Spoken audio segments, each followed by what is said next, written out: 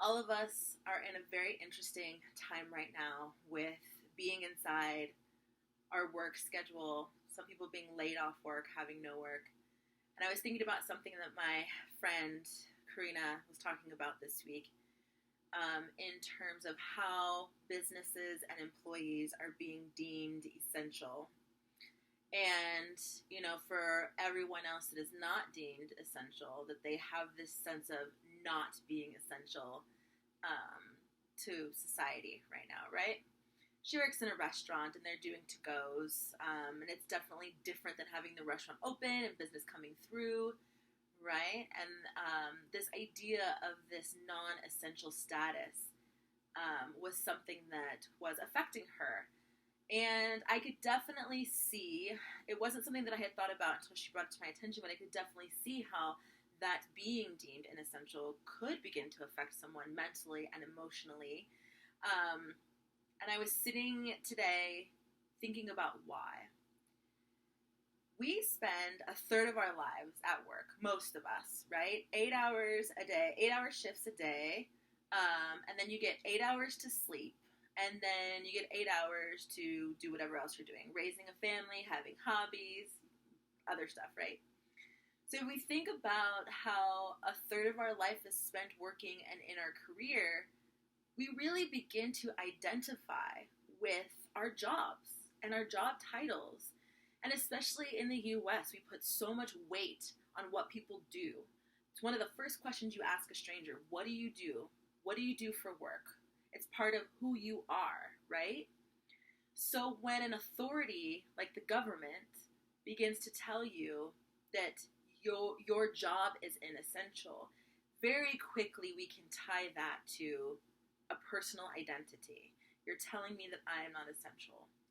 And I am thinking a lot about, my friends are hairdressers and tattoo artists, people who their identities really are tied to what they do because they're artists, right? They work with people one-on-one. It's a genuine connection between someone and their physical appearance or the art that they're creating, right? And for someone to say, you are not essential, I can just imagine what that feels like, right? So, honestly, it's up to us to remember and know that we are essential.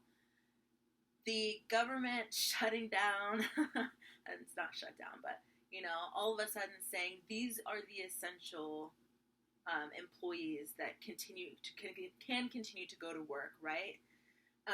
That does not mean that you are a non-essential person, because you are. You absolutely are. And first and foremost, you have to remember that you are essential to yourself, right? You are an essential piece of who you are. You're essential to your family. You're essential to your friends. You're essential to your community. And that is where we need to be focusing on, right? I know that those who have been put out from work are probably worried about money.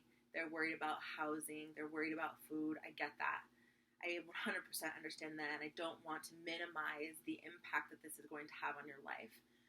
But I do want to just instill the thought in you that you are essential, and to continue reminding yourself that you are essential. If you're having a hard time, I have an activity for you. It's super quick.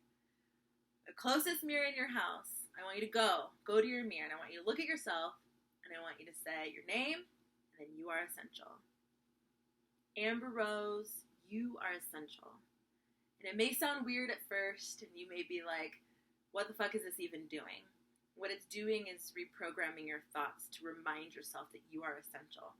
And by looking at your own face and saying it in your own voice, it'll get in there, and you'll think it. You'll believe it. It will be a deep-seated belief. The more you say it, the more you experience it. So, do it for yourself. If you have a spouse, go to your spouse and say, hey, lover, you are essential to me. If you have kids, go to your kids and say, you are essential to me. If you have friends who are struggling, let them know that they are essential to you. And keep it going. Remind yourself, because you are. You are essential.